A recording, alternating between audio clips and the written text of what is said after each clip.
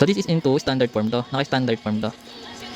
So kung gusto mo siyang i-transform into general form, ipasok mo lang tong 2 sa loob. So kung gusto mo siyang gawing general form, magkakaroon ka ng x squared plus y squared minus, magkapalit ng sign, plus 0. So meron ka ng general form. Alam ko, alam mo na yan eh. Yan lang yan. Ngayon, kung kukunin natin yung center nito, by the way, center, paano makuha natin yung center? Sa center, makuha natin siya depending kung may partner yung x and y mo. So makikita mo naman sa given natin na wala siyang partner na x and y. Yung x natin and y, walang partner na number. Therefore, yung center natin dyan ay nasa origin or nasa 0, 0. Ibig sabihin, kung meron tayong graph, kasi nandito yung graph natin. Ito yung origin natin, ang gitna. Sabi ang circle na to. Then para makuha natin yung radius, babalik tayo sa standard form. So meron tayong 2, di ba? Dito. Pero hindi yan 2 na units na papaganon ha. Kasi ang formula ng standard form ng circle is x squared plus y squared equals r squared. So ibig sabihin, kung meron tayo ditong x squared plus y squared equals to 2, i-equate lang natin tong dalawang to. So ibig sabihin magkakaroon tayo ng r squared which is equals to 2. Then i-square root natin yan both side. Then magkakaroon tayo ng r which is equals to positive negative 2. So ibig sabihin, ito yung gagamitin nating radius. Hindi siya yung etong number ha. Kailangan mo siya muna i-square root. Then after that, lalagay mo na to. So ano ba yung square root of 2? So approximate yan, ano bang ano nito sa decimal? Ano bang approximate ng square root of 2? 1 point something? Yata. Wait lang. Para klaro. Ano bang approximate ng square root of 2? 1 point something? Yata. Wait lang. Para klaro. Square root of 2 is 1.4. So meron tayong 1.4. Yan yung gagamitin nating radius. Approximately lang siya. So ibig sabihin kung ito yung 1 natin, ito yung 2. So ibig sabihin nandito parte yung 1.4. So ito yung radius natin. So ganun din gagawin natin. Ito yung 1. Ito yung 2. So nasa pagitan lang siya ng 1 and 2. Then ito yung 1. Ito yung 2. Dito lang yun. Then 1, 2 nandito lang. So pag kinonect mo yung 4 na points na yan, makakabuo tayo ng circle. So parang ganun yung ginagawa. So kailangan laki standard form siya para mas madali. Ito yung sis. Then yun. Ngayon naman, kung ito kasi nasa origin, madali lang siya tignan kapag nasa origin. Kasi walang pair yung x and y. Tayong x squared, x plus 1 squared plus y minus 2 squared equals 9 for example. So mapapansin mo dito, yung x and y mo, may partner siya sa loob na numbers. So ibig sabihin, yung equation natin, wala siya sa origin. Kasi pag nasa origin siya, itong x and y mo, wala yung partner na number. Naka-squared lang sila lagi. So which means, ito, not in the origin, ibig sabihin, nag-shift siya, gumagalaw yung circle natin. Then paano natin makukuha yung center? So yung center, sabi natin, siya yung HK.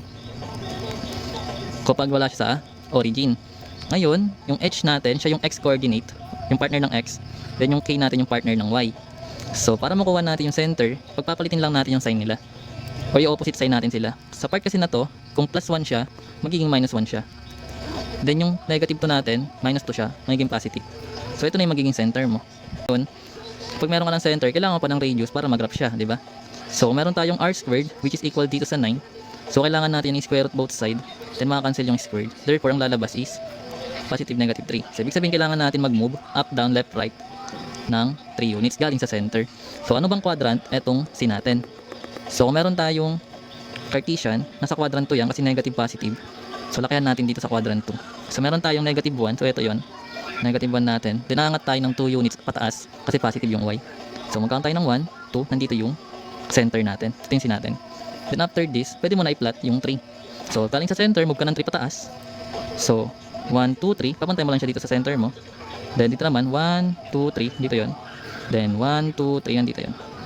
Then 1, 2, 3, nandito yon. So pag kinonect mo itong tatlo, ay 4. Basta mukha siyang circle dapat. Ha? So ganyan magiging tsura ng graph mo. Ito tandaan, naka-standard form to ha. Ito ay naka-standard form. Kasi hindi siya naka-equate sa 0. So ngayon, try natin i-convert or transform into general. So pag ginawa natin yung general form, madali lang din naman. So una, copy natin yung given. X plus 1 squared plus y minus 2 squared equals 9. So ang gagawin lang natin, i-expand lang natin to. I-expand lang din natin to. So pag in-expand natin to, ano kayang lalabas? So ibig sabihin, hindi siya x squared plus 1 ha. Kailangan mo in-expand. Ibig sabihin, magkakaroon tayo ng dalawang x plus 1 na times natin. Magagamit ka ng FOIL method plus 1 na times natin. Magagamit ka ng FOIL method doon. So magkakaroon tayo ng x plus 1 times x plus 1 then plus y minus 2 times y minus 2. So pwede na natin ito ilipat sa loob. So magiging minus 9 na yan equals 0. Ngayon kailangan na lang natin itong expand. Yun, meron ng sagot. So pag in-expand natin to, pag pinoil method natin yan, x times x times 1, 1 times x, 1 times 1. So magkakaroon ka ng x squared plus 2x plus 1. So tama yung sinabi ni Mr. Reyes. So next time may plus. So ito naman, pag in-expand natin to, So ganun din, y times negative 2 times y, negative 2 times 2, negative 2. So ang kakalabasan yan is y squared minus 4y plus 4. So tama ulit siya. Then minus yung 9 natin. Ngayon, equal 0 na. Then pag unahin lang natin yung mga may squared, so magkakaroon tayo ng x squared followed by y squared. So plus pa rin siya. Then 2x which is plus. Then minus 4y. Then yung mga constant term natin, yung mga walang coefficient, or variable I mean, constant term, itong 1, itong 4, itong negative 9, i-add lang natin sila. So meron tayong 1 plus 4 minus 9. Ang kakalabasan is ilan?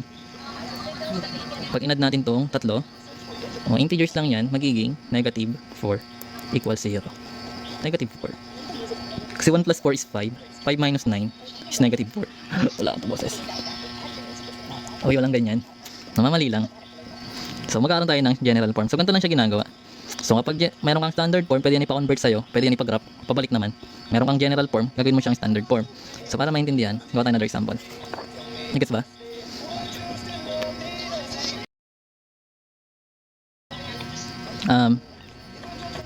X plus 2 squared plus y minus 4 squared equals 4.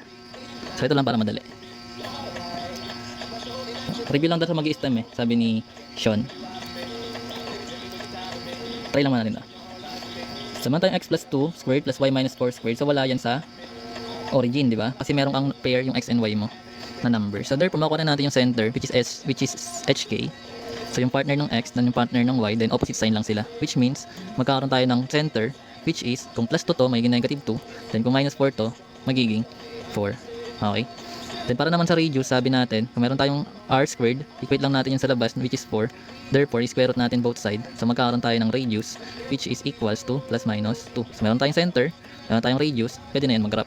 So gawa tayo ng graph. So negative 2, 4, nasa second quadrant yan. So lagay natin dito. Ito si negative 2. Ito si 4. So andito yung center natin. Okay? Then meron tayong radius na 2. So up, down, left, right na 2 units. So 1, 2, nandito yung isa. 1, 2, nandito yung isa. 1, 2, nandito yung isa. 1, 2, nandito yung isa. So i-connect lang natin yan. So magkakaroon ka dyan ng circle. So ganoon siya ginagawa.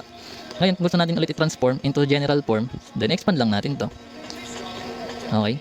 To general form, then expand lang natin to. Okay?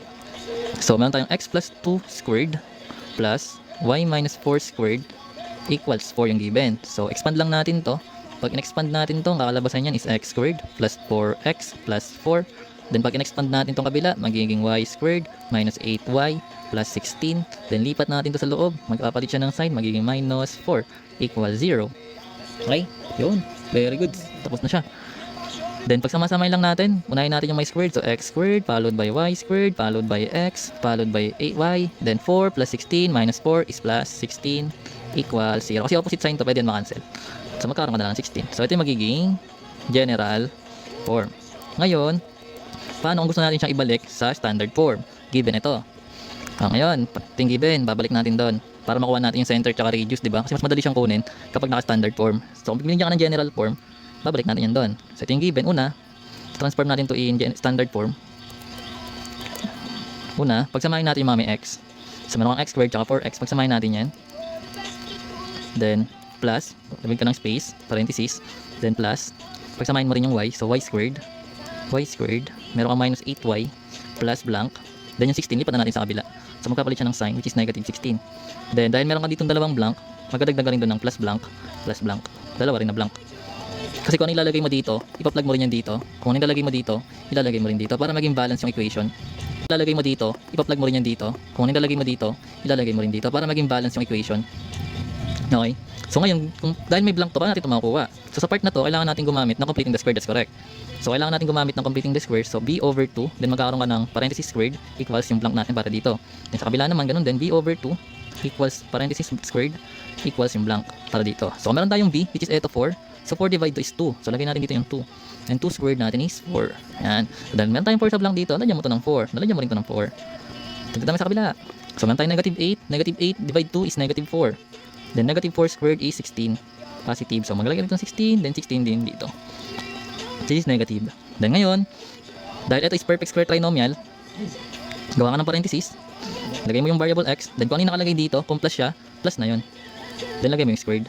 Then plus, sa y ganun din. So meron ka ditong y. So lagay mo yung y. Then kung ano yung nakalagay dito sa loob, ayun yung partner niya. Then squared mo na.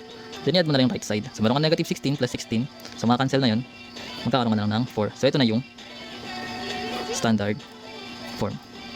Wherein, naka-standard form, meron ka ng HK na center, then meron ka ng radius. Then yun na. Ganun lang yung gagawin sa circle. Kaya madali lang ang circle. Ganun lang gagawin. Ulti daw, sabi ni Ma'am 9. Na-try natin. Doon pwede. Naintindihan ba? Klaro ba yun? Ito yung pinakamabilis sa conics. Derivatives naman. Sige, sa circle muna. Kaya tayo dyan. Madali lang naman kasi.